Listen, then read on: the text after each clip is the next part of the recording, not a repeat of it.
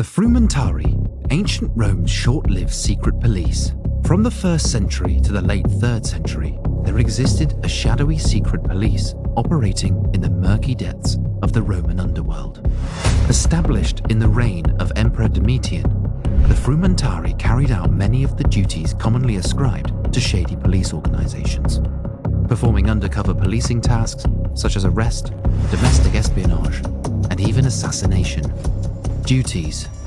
Firstly, the Frumentarii were well known as peacekeepers, able to intervene in local disputes and authorized to arrest whoever they believed to be the guilty party, with several inscriptions from the Asian provinces of the Rome Empire attesting to this law enforcement role.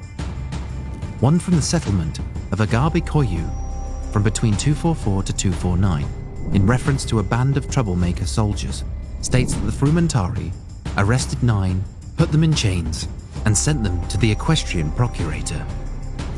From slapping rabble-rousers in manacles to surreptitious surveillance, the Frumentarii were also famed for their espionage activities.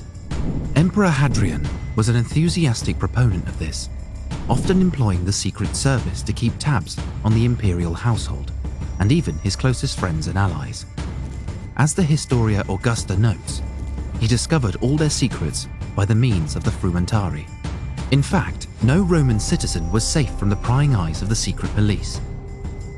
During the reign of Emperor Macrinus, the Frumentarii were tasked with investigating the suspicious behavior of lowly soldiers, while Emperor Gallienus is said to have used them to find confidential information about his successor, Emperor Claudius.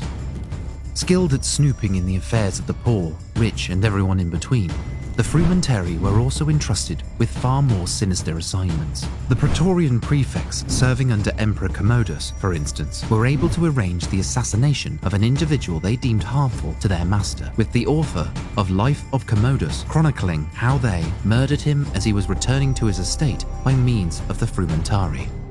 Agitators in far-flung reaches of the realm could also be targeted, such as Clodius Albinus, a pretender to the throne, who was murdered in Britain in 195 at the behest of Emperor Septimus Severus. Their loyalty to the emperor, however, was not always set in stone, for it is reported that a certain Aquilus, who held the rank of Centurio Frumentoris, was sent, being notorious as the assassin of senators, to murder Severus. Their allegiances, though, could switch as fast as they changed, with Severus not only surviving the attempt on his life, but later promoting Aquilus to a string of high offices and installing him as a commander of the imperial fleet of Ravenna.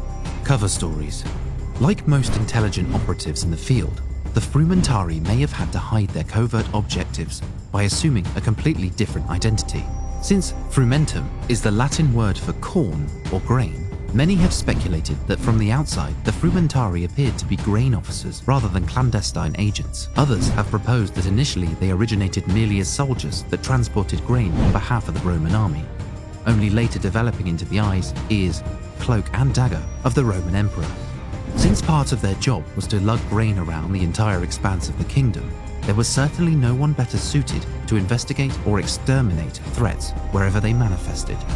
But in addition to being logistical servants, the Frumentarii were also employed as couriers, another position that would have very much suited an undercover spy, constantly on the move. For example, the Historia Augusta notes in 238, in relation to the rival of co-emperors Opunius and Balbinus, that a letter sent to all the provinces by the means of Frumentarii ordered that whoever gave assistance to Maximinus would be numbered amongst the enemy.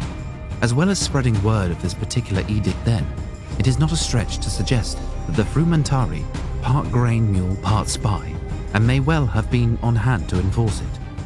In the late 3rd century, the Frumentarii were abolished by Emperor Diocletian to much fanfare. Although the reason is still unknown, it's very possible that the Romans had